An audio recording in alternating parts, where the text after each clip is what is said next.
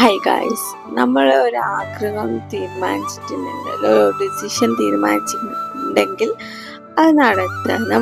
നമ്മൾ സെൽഫായിട്ട് നമ്മൾ self love self confidence വെക്കുക, നമുക്ക് ചെയ്യാൻ പറ്റുമെന്ന്. അതിനുള്ള ഒരു ഉത്തരാണ് ഇത് ഗായ്സ്.